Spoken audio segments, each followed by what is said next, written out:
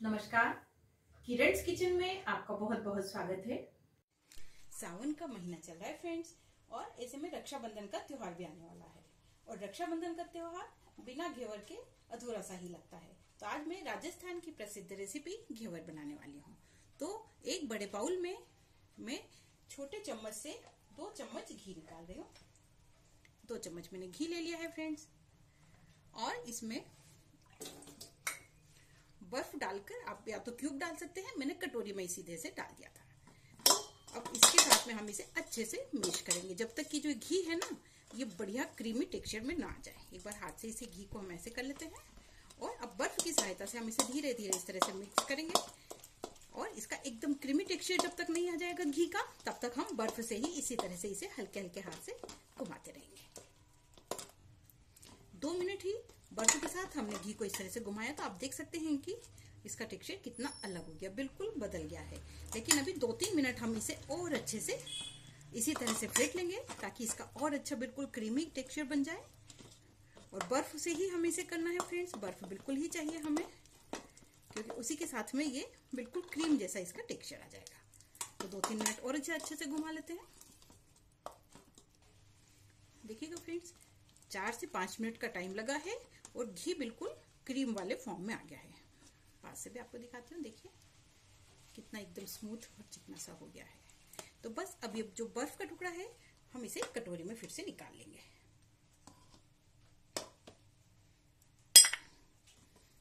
और अब इसमें हम दूध डाल लेंगे फ्रेंड्स।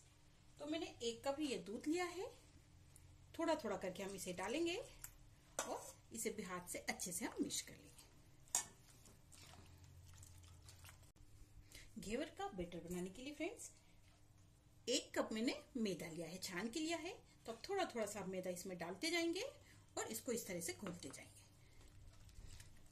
और जरूरत लगेगी उस समय हम इसमें थोड़ा सा दूध डालेंगे। तो अभी तो हम थोड़ा थोड़ा सा मैदा डाल रहे हैं, और पहले दूध जो हमने लिया है वो डाल के इसे अच्छा सा हम पेस्ट बना के तैयार करते हैं। तो आप देख सकते हैं फ्रेंड्स कि मैंने जितना मैदा लिया था थोड़ा थोड़ा दूध डालती गई, और मैं इसको इस तरह से एक ही डायरेक्शन में फेंटती गई। एक भी गुठली हमारी नहीं बनी है, बिल्कुल स्मूथ हमारा मैदे का बैटर बन के तैयार हुआ है। दूध लिया था वो भी एकदम फ्रिज का था, चिल्ड मिल्क था। और ऐसे ही पानी को भी मैंने बॉटल में फ्रिज में ही रखा है, क्योंकि हमें इसमें ठंडा ही चाहिए। अब 1 टेबल स्पून बेसन, जो कि हमारे घेवर को थोड़ा सा क्रिस्पी बनाएंगे, तो बहुत बढ़िया बन के तैयार होंगे। तो थोड़ा सा मैंने 1 टेबल स्पून बेसन भी डाल दिया है, और इतना सा दूध बचा है इसे भी मैंने इसमें डाल दिया है। अब हम इसमें पानी डालेंगे। और फ्रेंड्स आधे नींबू का मैंने रस भी निकाल के रखा है, वो भी हम इसी में डाल देंगे। इसी से इसमें बढ़िया सी जाली बनती है। फिर से सब चीजों को बहुत अच्छे से मिक्स कर लेंगे।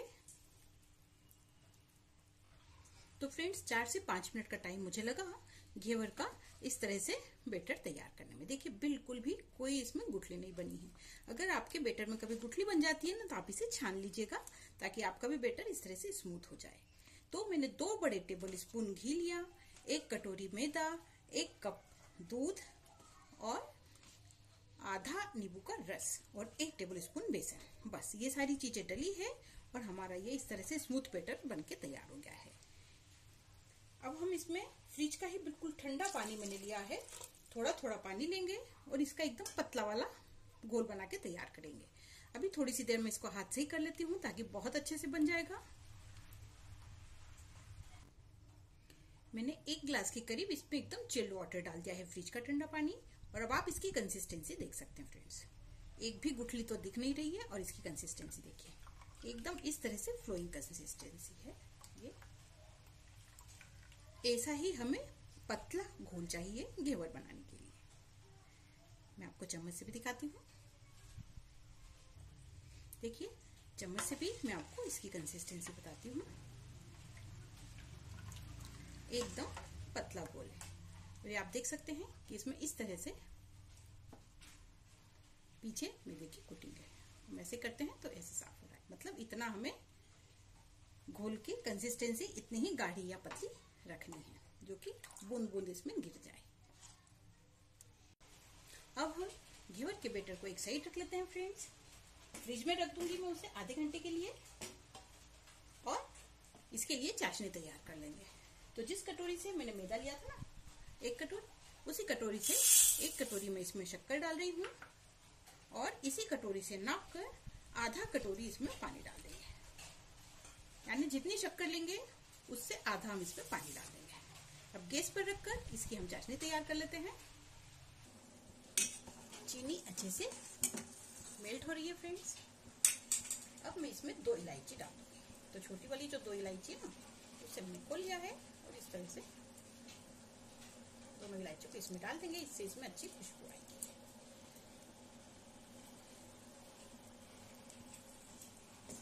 बस बहुत देर तक हमें इसे गैस पर नहीं रखना है, क्योंकि वैसे भी इसकी बढ़िया वाली गाढ़ी सी चाशनी बनके तैयार हो जाएगी।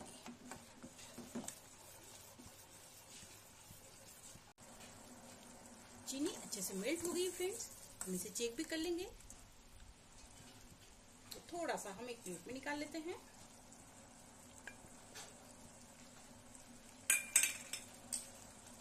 और इसको हम चेक करेंगे तो एकदम गाढ़ी सी चिपचिपी हमारी चाशनी है। इसमें कोई तार नहीं बन रहे हैं, बस एकदम शहद जैसी गाढ़ी चिपचिपी चाशनी बनके तैयार हो रही है। गैस की फ्लेम को हम ऑफ कर देते हैं और इसे भी एक साइड रख देते हैं।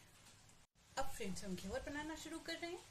तो मैंने एक भगोनी ले ली है। जिस साइज का हमें घेवर बनाना है उस साइज का हम बर्तन रख लें और उसमें घी या तेल आप कुछ भी डाल सकते हैं। मैंने घी डाल दिया है। तो घी को अच्छे से मेल्ट होने देते हैं।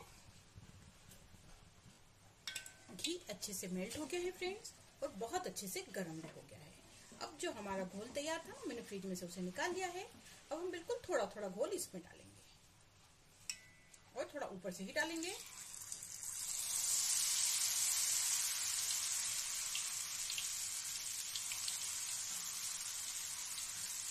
एक साथ हम बिल्कुल भी नहीं डालेंगे, थोड़ा थोड़ा सा ही हम इसमें डालते जाएंगे।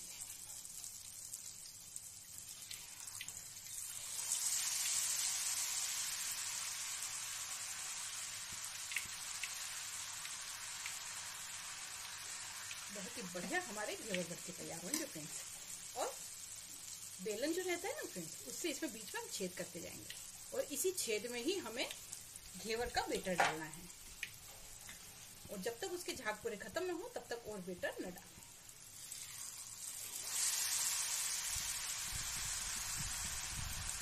तो इसी तरह से झाग खत्म होंगे फिर से हम इसमें बेटर डालते जाएंगे। इस तरह से फ्रेंड बीच में हम छेद बराबर बनाते रहेंगे और इसी छेद में ही हमें बेटर डालना है। तो 20 से 25 बार हमें यही रेसिपी को रिपीट करना है। बस यही प्रोसेस फिर से चलेगी। बीच में जो छेद है उसी में हम इसको डालेंगे और थोड़ा सा हम रुक जाएंगे जब तक कि इसके झाग फिर से प्लेन नहीं हो जाते।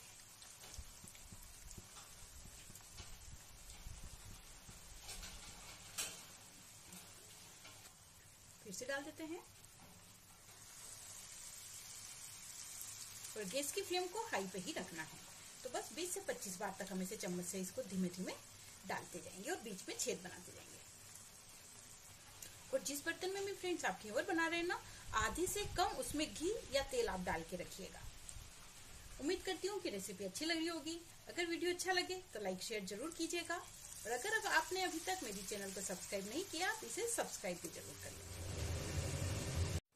देखिएगा फ्रेंड्स हमारा घेवर कितना बढ़िया बनके तैयार हुआ है।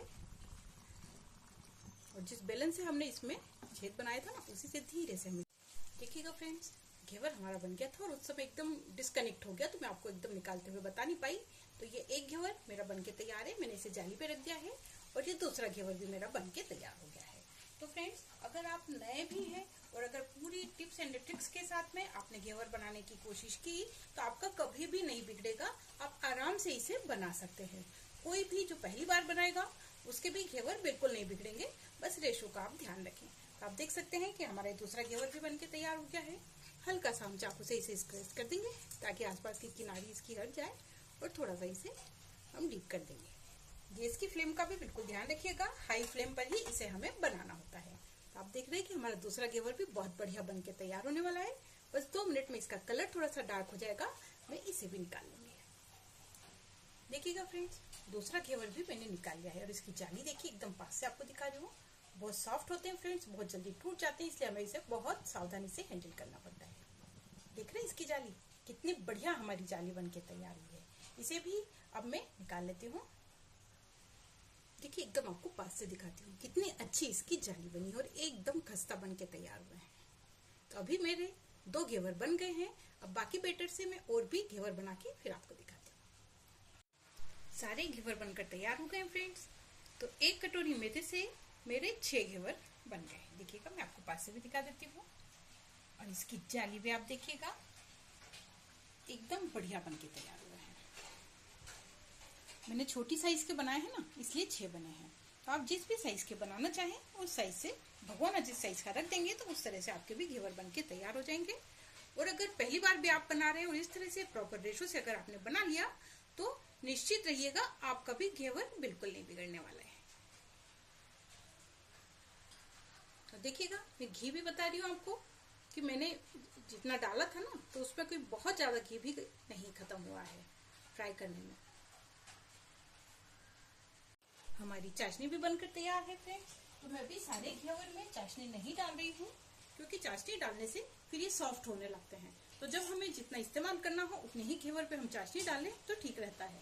इसी तरह से मैंने रबड़ी भी अभी नहीं बनाई है क्योंकि जब भी खाना होगा 1 लीटर दूध को धीमी आंच पर उबालकर 200 ग्राम होने तक उसे हम अच्छे से ओट लेंगे और 2 टेबल स्पून शक्कर डालकर ड्राई फ्रूट्स डालकर हमारी रबड़ी तैयार हो जाएगी। तो अभी तो मैं सिर्फ 1 घेवर पे ही चाशनी लगा रही हूँ फ्रेंड्स। आप अगर इस तरह से जो सिर्फ फ्राई किए हुए घेवर को बनाकर रख लेंगे ना तो आपके 1 महीने तक भी खराब नहीं होंगे, वैसे ही क्रिस्प बने रहेंगे। तो आपको अगर जब इस्तेमाल करना हो उसी तरह से आप उसे शक्कर की चाशनी या फिर रबड़ी डालकर इस्तेमाल कीजिएगा। क्योंकि अभी रक्षाबंधन आने में बहुत दिन है और इतने सारे घेवर तो खत्म होंगे नहीं, इसलिए अभी मैं सिर्फ 1 घेवर पे ही चाशनी चढ़ा रही हूँ। वो भी अपने टेस्ट के अनुसार आपको चाशनी कम या ज्यादा जितनी चढ़ानी हो उतनी चढ़ा सकते हैं। और इलायची तो चाशनी में हमने डाल ही ली थी, तो कटे हुए बादाम से मैं इसे गार्निश कर रही हूँ। आप और भी जो ड्राई फ्रूट्स पसंद करते हैं उसके हिसाब से इसे गार्निश कर सकते हैं। तो ये घर पर ही हमारे बहुत मजेदार घेवर बनके तैयार हो गए हैं। उम्मीद करती हूँ कि रेसिपी जरूर पसंद आई होगी।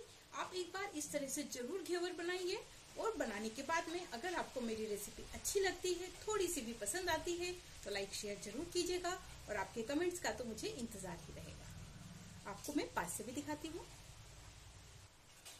लग रहे हैं ना मजेदार जालीदार घेवर। तो फ्रेंड्स एक बार बनाइएगा और मुझे बताइएगा। आपसे फिर मुलाकात होगी ऐसी ही एक और नई रेसिपी के साथ। Thank you.